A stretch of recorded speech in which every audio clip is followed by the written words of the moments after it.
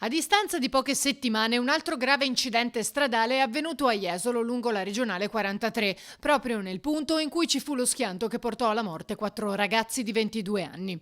L'impatto è stato tra un'auto guidata da un 21enne veronese e una moto su cui viaggiava una coppia di Musile di Piave sui 40 anni.